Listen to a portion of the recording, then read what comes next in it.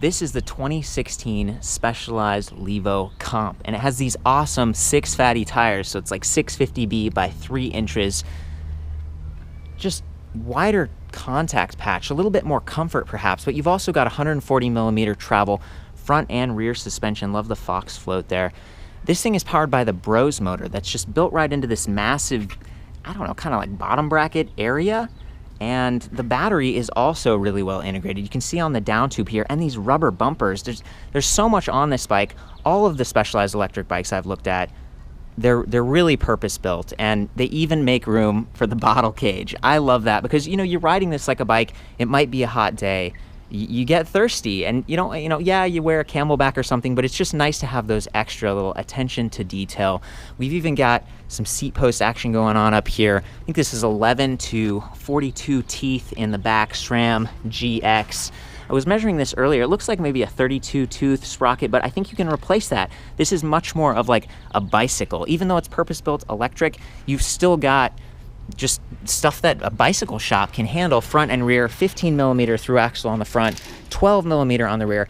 I'm here with Garrett at Rockin' Road Cyclery in Laguna Niguel. How's it going, man? Going great. This is so much fun, like checking this out with you. We were weighing it a minute ago. It was like 50 pounds, checking out the charger, just getting the full, like behind the scenes. I want to call this out before we forget. I love that they use the magnetic energy bus standard, and it looks like it's 4 amp, so a little bit faster.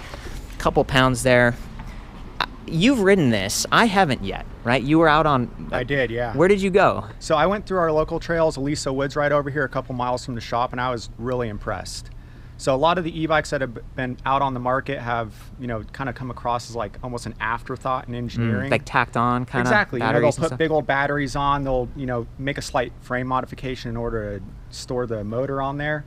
But Specialized really, you know, came out ahead when they came out with this design. It's one of the few bikes that I've seen that's, like you were saying, purpose built. It's designed from the ground up. They enclose the motor into the frame. You don't even know it's there. It's stealthy, right? And this one's stealth really black. Stealthy. I think the comp comes in 2 colors, right? Like a glossy green. Yes, it comes in like a green and then this flat black color here. $5,500. I don't want to forget that. Let me hit some of the other specs here. This one being the comp, it's sort of like the lower level of the 2 full suspension. There's also an expert. This one's $5,500. So you're definitely paying more, but this is kind of on par with some high bikes and some of the other full suspension, like absolutely. Really trail capable you're getting bikes. 1x11 drivetrain system on it. You have, you know, beefed up dual piston brakes on it.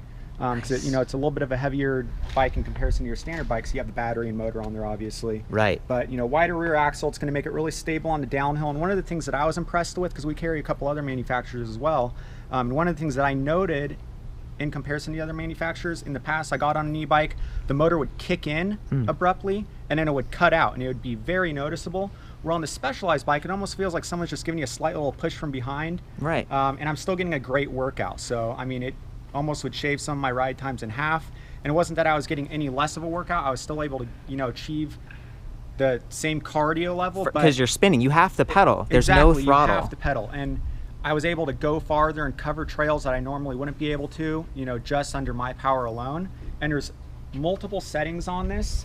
Yeah. Oh, before we get to that, I want to quantify some of that power that we're talking about. This is not a weak bike by any means. He's saying it's smooth, it's intuitive because it's cadence and torque sensing. Yes. So it's a more responsive, like immediate pedaling feel. But when you're shifting gears, if you let off a little bit, lower torque, then shift, that's going to make it a smoother shift. Did you notice that? Like, were you pedaling hard at any point and shifting? How did it feel shifting? I was, and when I would go down to the lower gears, I noticed it was a little bit easier to get the motor revving up, and then, you know, on the downhills, you can really hear it spooling up, and then it would kind of kill back a little bit. This is a Class 1 electric bike, meaning its top speed is limited to 20 miles per hour, pedal assist only. So this is going to be the most allowable electric bike in terms of trails and stuff. The tire isn't going to spin out and rip the trails up or anything. No. Coming back to the motor, 90 Newton meters of torque on the Brose motor down here. They rate it at 250 watts, but all the Specialized bikes that I've looked at, including the turbo, it's like 250 up to, you know, and I think this one's like 530 or something like that. Somewhere up around there, yeah. Yeah, so it's a powerful bike, and it's very efficient because you can kind of change gears like you would in a car. So for climbing, the motor's getting a mechanical advantage if you're in a low gear, and then if you shift to a higher gear, you reach that higher top speed. Yep. Okay, and then the battery, just to, again, finish up with these specs, this is the 460 watt. It's a little bit smaller. and it's a 36-volt battery. Okay, so that's pretty comparable to some of the other full suspensions I've seen out there. Yes, yeah, and as far as weight distribution on the bike, that was one of my main concerns after riding, numerous other e-bikes. You'd hop over something and, all the weight's either in the front or the back, and you either getting ready to go over the bars or manualing off the bike practically. And they did such a great job with the weight distribution and, nailing down the center of gravity on this bike as far as where they place the motor, where the rider's going to be over that motor, and then how the battery seamlessly blends in and is held in by this through axle right here. Yeah, that is so cool. Very tight tolerances in all this. There is no movement whatsoever. So, you're going on the downhill. This thing is solid. It's going to stay together. It doesn't feel like the bike's rattling apart. That's important. Which is one of the huge things that I noticed, because all that vibration, and now you have all of the electrical components that are now inside this frame. A couple wires could shake loose, it could short out, and then you're stuck on the trail with a 50-pound bike and, no motor assist, which would suck. It would. It would totally be a bummer, unless you're at the top, and then you could coast down. Exactly. Other points along those lines, super just integrated with the cables here. This is like for your brakes and shifters and stuff, but they're all run through. It's not like there's a lot of extra cables and wires going around, and that makes it, I think, probably a little easier to deal with in terms of maintenance. Yeah, absolutely. And if we were to actually pop this battery out here, we have access to all the wires and all the cables, whether it be the command post, the derailleur cable, brake cables are all ran internally right above this battery here on the inside of the frame. And like I said, you just access that by popping in a 6mm wrench, pop out that through axle, and it slides right out. Pops right out. So a little bit of protection here with the skid plate. This is an aluminum alloy frame, correct? Yes. Yeah, okay, It utilizes their M5 aluminum. Can you tell me a little bit about sort of, what is this, the 4-bar horse length suspension? I think Specialized is known for that in the rear. So they have their FSR pivot on the back, and that basically allows the drivetrain to move independently from the frame itself. So if you were to lock on the brakes, you're still going to have full, actuation and movement of the rear suspension link, which is great.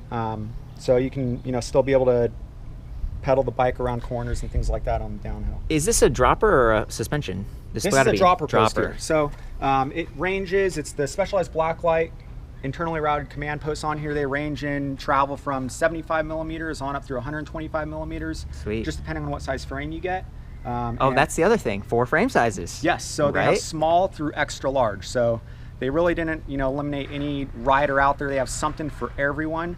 Especially, the cost that they've invested in the frame. A lot of times manufacturers will only limit that to, main sizes just because of the cost of manufacturing. True. But Specialized took it all the way. They weren't messing around. They gave you small, medium, large, and extra large. So. I love that. And there's even, we talked about different trim levels. You can go up to expert and pay a little bit more. There's also a ladies, is that a hardtail or is it a full suspension too? So they do have a full suspension ladies bike. So the top tube, it's going to have their women's specific geometry. So a little shorter, narrower bars, different seat, a little bit shorter top tube as well. Yeah, yeah. And then they also have a hardtail version of this as well, which is nice. So if you're more in the climbing, don't really care for the rear shock, want something a little bit lighter as far as an e-bike is concerned. Yeah. They do have the hardtail version of the Levo. Well, let's flip it around and talk about sort of the control interface, because a lot of what we've shown here is like, okay, 1x11 drivetrain, that's awesome, you got the extra sprocket, and by only having one chain ring on the front, you don't drop the chain as easily. There's fewer things so the GX derailleur utilizes a stiffer spring than what you'd find in your standard Shimano derailleurs and things that you'd find in the past. So with that being said, this is much stiffer. So you have less chain slap. They've done a really nice job integrating the chain guard in there. That's sweet. And when I was riding this thing, I really took it through its paces on some of the rockier downhills around here, and I didn't hear any clicking, no chain slap. It didn't feel like anything was rattling around, which is one of the key things that I look for, especially on a bike with all this stuff on it. Yeah. You'd expect that out of a standard bike, let alone bolting a 250-watt motor on there with a 6.7 pound battery in the down tube. True. It's expected for some movement, but I didn't hear anything. That's great to hear. And we'll do a ride test in a minute and stuff, but it's nice to just hear your thoughts having ridden this and taken it on a more arduous ride than like the parking lot. We're gonna test it out. So we're on the other side now, and this is just super simple. We've got an on, powered on like that, plus and minus, and it's like there are 3 levels of assist power, so 1, 2, or 3, and the higher that you go, the more power you're going to get from that motor, but of course the faster you're going to drain the battery. Exactly, and that's where the Specialized Mission Control app comes into play. So you're able to monitor the battery health, And then you can also set your ride up and say you want to ride for 2 hours, you're going to go approximately 30 miles, and it'll operate that battery in the fullest function. If you want to be on 100%, it will allow you to do 100% for that whole duration of the ride. That's key. I was told it's like this trip planning functionality where you can say, I want to go here and I want to end up there with 20% of my battery left. And so on the way, if you hit a headwind or something, it's gonna drop the assistance, and you might have to work a little harder, but you're gonna make it with that 20%. Yep. Yeah, and that's one of the nicer things for people purchasing the bike. It gives you a nice peace of mind. And then as far as the functionality is concerned, you do have different levels of battery, and we get this question all the time: is how long is the battery going to last? And then if I'm out on the ride, nobody wants to be stuck out there to the point where they're pedaling back a 50-pound bike, just dead weight. So you can plan that through the Mission Control app that's provided by Specialized in the App Store.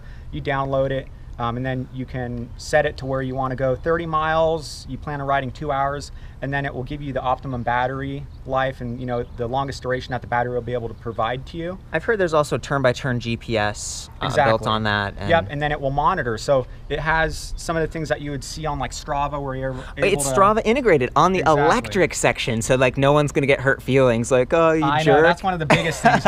All these slower guys are now getting like KOMs all over the place. You gotta wonder what's going on. Oh my gosh. So you can fine tune it in that sense. And then it will also break down through that Mission Control app, your how many miles you've ridden the week, how many feet of elevation you've gained on the Levo, and then it will monitor the battery health as well. Since these batteries are they're not cheap, close to $1,000 if that's right. It goes dead on you. Because it does have the ANT capability. Yeah, with the kind of the wireless. So if you had a heart rate monitor too, you could tie that in. And exactly, I'm sure you could tie the heart rate monitor into that. But that capability is just provided to the Mission Control app as of right now.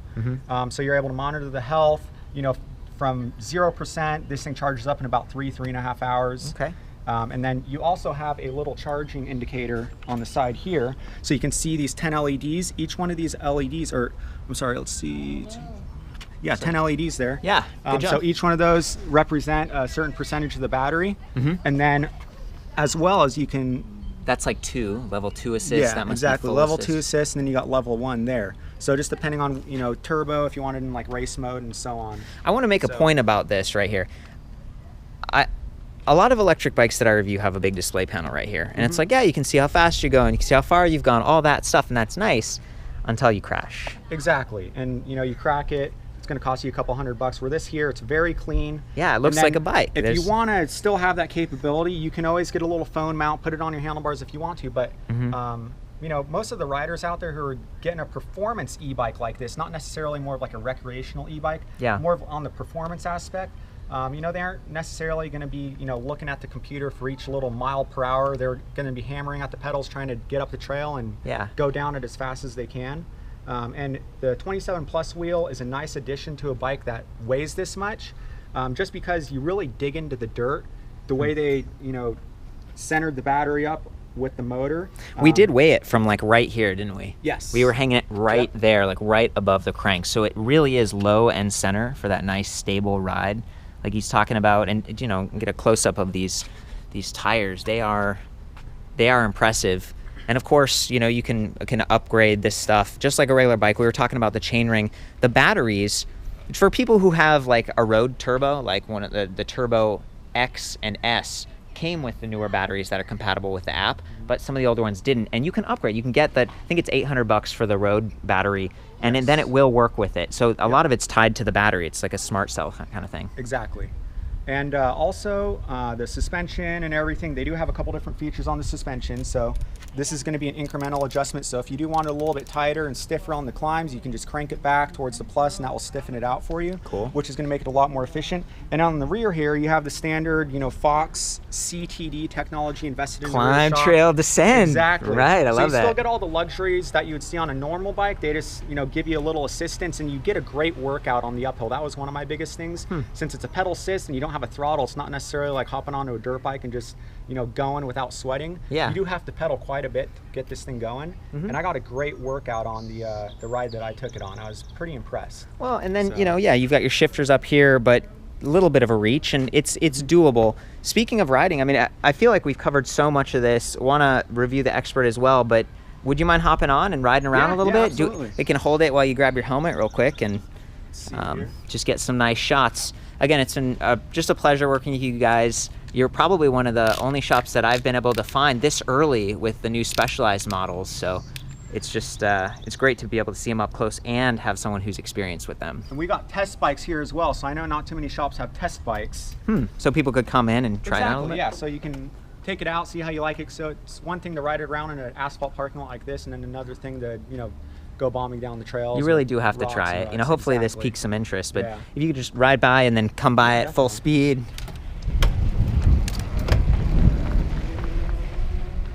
It's pretty quiet. See, it's like you mostly hear the tires when it's rolling, much more so than the motor these days. They're getting a lot.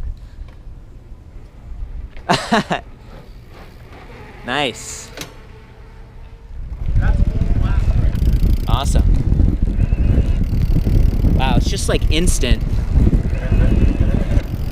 And my top speed right now is, I'm not going super fast. I can't tell because there's no display, but part of that is I'm in a lower gear. So when I shift up, then I'm gonna get that higher speed that we were talking about.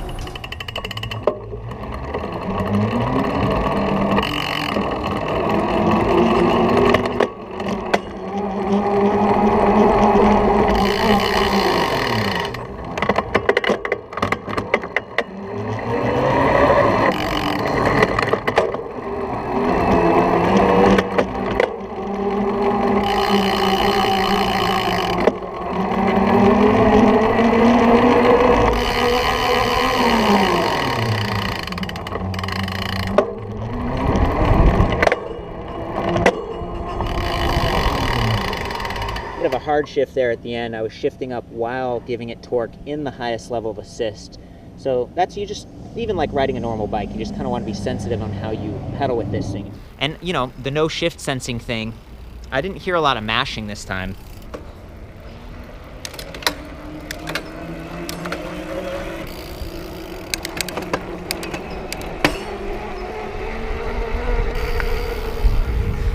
Very cool.